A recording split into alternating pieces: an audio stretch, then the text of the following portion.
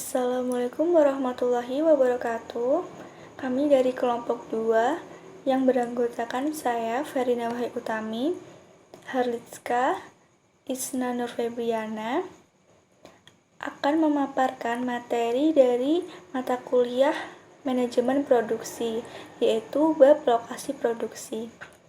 Nah, langsung saja ke pembahasannya. Nah, yang pertama yaitu definisi lokasi produksi.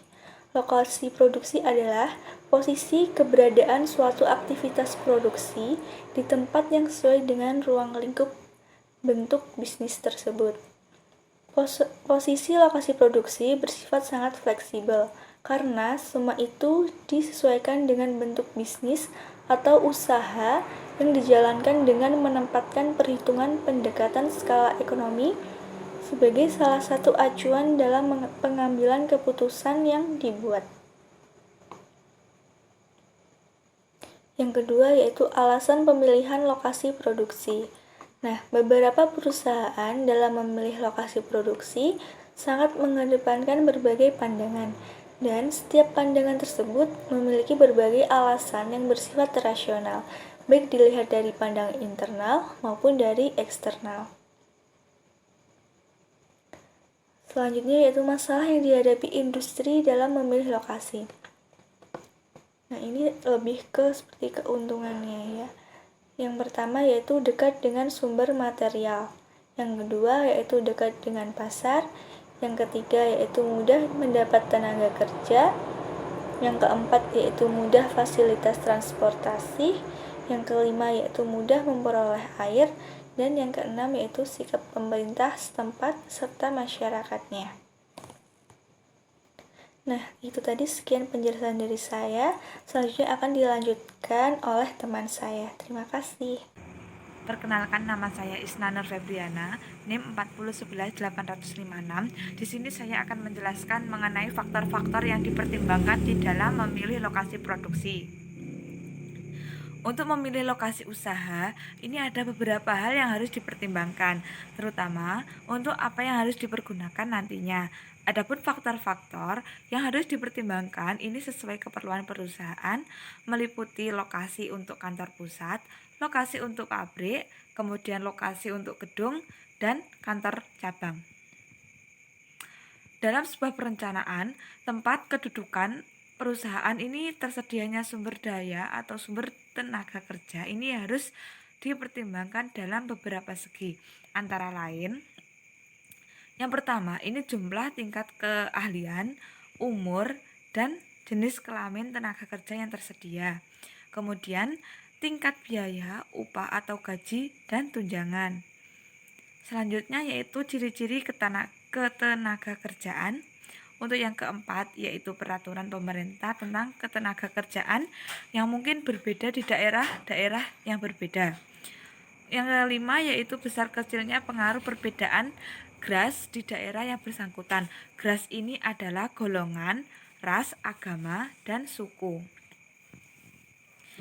Kemudian dari segi fleksibel dan infleksibel, bahwa menentukan lokasi yang layak dan tidak layaknya untuk suatu bisnis ini bisa sangat dipengaruhi oleh beberapa hal, yaitu yang pertama bentuk bisnis yang bersangkutan. Bentuk bisnis yang bersangkutan ini contohnya seperti bisnis tekstil atau otomatis, peternakan, dan sebagainya. Untuk yang kedua yaitu tujuan bisnis yang akan dikerjakan. Tujuan bisnis yang akan dikerjakan ini apakah bisnis tersebut bersifat profit oriented ataupun non oriented. Selanjutnya yaitu bentuk teknologi yang akan dipergunakan. Dan yang terakhir yaitu biaya transportasi.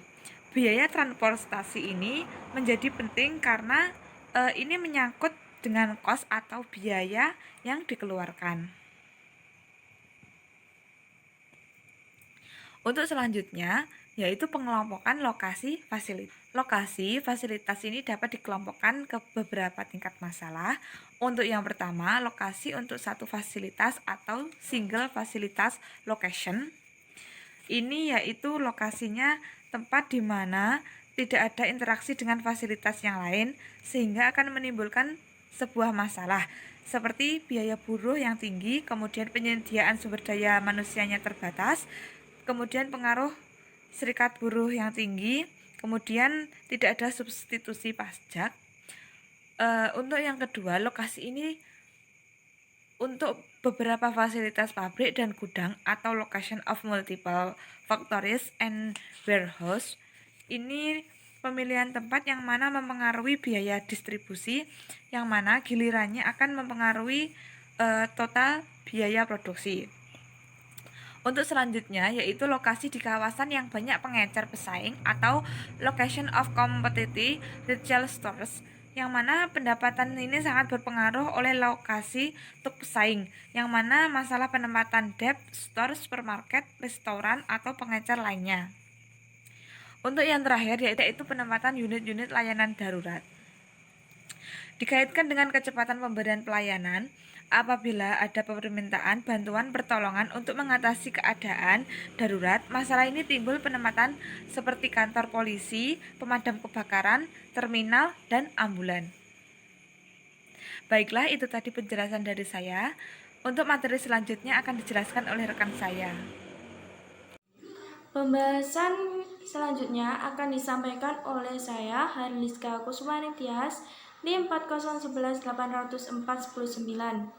Saya di sini akan menjelaskan yang pertama beberapa metode pemilihan lokasi terbagi menjadi 3 metode. Yang pertama metode penelitian hasil. Metode ini biasa juga dikenal dengan metode hasil value karena dalam metode ini pembahasan pada segi market, material, employer, dan transportasi menjadi penting. Penilaian ini dianggap sebagai penilaian yang paling dasar dalam konsep studi kelayakan karena sesuatu yang sangat urgent dan tidak bisa dikesampingkan begitu saja. Contoh soalnya, diketahui bahwa PT Tekstil Agung akan mendirikan pabrik tekstil dan pihak manajer keuangan dan produksi sedang melakukan analisis untuk menentukan lokasi sebuah pabrik. Dengan masukan dari berbagai pihak, dipilih 3 lokasi difavoritkan, yaitu dibentuklah sebuah tabel pertimbangan lokasi terhadap 3 kota. Dengan pertimbangan yang pertama, kebutuhan bahan baku, bobot nilai lisensinya 50, kota Tangerang 30, kota Jakarta 33, kota Bandung 23. Kedua, pertimbangan kebutuhan tenaga kerja, bobot nilai lisensinya 40, kota Tangerang 33, kota Jakarta 24, kota Bandung 24. Pertimbangan yang ketiga, kebutuhan transportasi. Bobot nilai lisensinya 35, kota Tangerang 32, kota Jakarta 25, kota Bandung 21. Pertimbangan yang keempat, kebutuhan daya serap pasar. Bobot nilai lisensinya 45, Tangerang 34, kota Jakarta 20, kota Bandung 20. Dengan total bobot nilai lisensi semuanya 170, kota Tangerang 129, kota Jakarta 102, dan kota Bandung 88. Untuk kebutuhan daya serap daya setiap pasar, maka ini menyangkut dengan kedekatan dengan pasar. Semakin dekat dengan pasar, maka semakin baik dan cepat dalam memasarkan produk tekstil tersebut karena tidak membutuhkan biaya yang banyak untuk urutan transportasi. Dibuatlah sebuah grafik seperti berikut. Dari hasil perhitungan tabel dan grafik di atas, maka kita dapat membuat suatu kesimpulan bahwa lokasi yang paling cepat untuk pendirian pabrik tekstil adalah Tangerang, karena bobot nilai untuk Tangerang adalah yang tertinggi, yaitu 129. Metode yang kedua, metode dengan penerapan perbandingan biaya.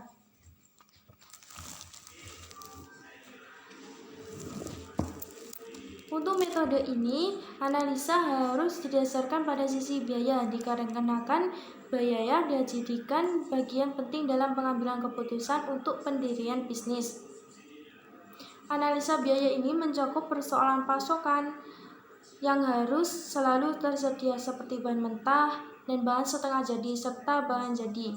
Juga termasuk biaya untuk menunjang operasional perusahaan dan lainnya. Untuk lebih jelasnya, kita dapat melihat perhitungannya pada tabel di bawah ini. Yang pertama, bentuk biaya operasi. Kota Jakarta 140, Kota Tangerang 110, Kota Bogor 110, Kota Bandung 130. Bentuk biaya bahan mentah atau bahan baku, Kota Jakarta 100, Kota Tangerang 125, Kota Bogor 115, Kota Bandung 120. Bentuk biaya transportasi, Kota Jakarta 90, Kota Tangerang 85, Kota Bogor 80, Kota Bandung 95. Bentuk biaya listrik, Kota Jakarta 135, Kota Tangerang 110, Kota Bogor 128, Kota Bandung 125. Dengan total biaya Kota Jakarta total biayanya 456, Kota Tangerang 430, Kota Bogor 433, Kota Bandung 470. Jika dibentuk grafik perhitungan dengan penerapan perbandingan biaya, grafiknya seperti berikut. Untuk pemilihan biaya, kita harus melihat biaya yang terbaik adalah biaya yang paling termurah.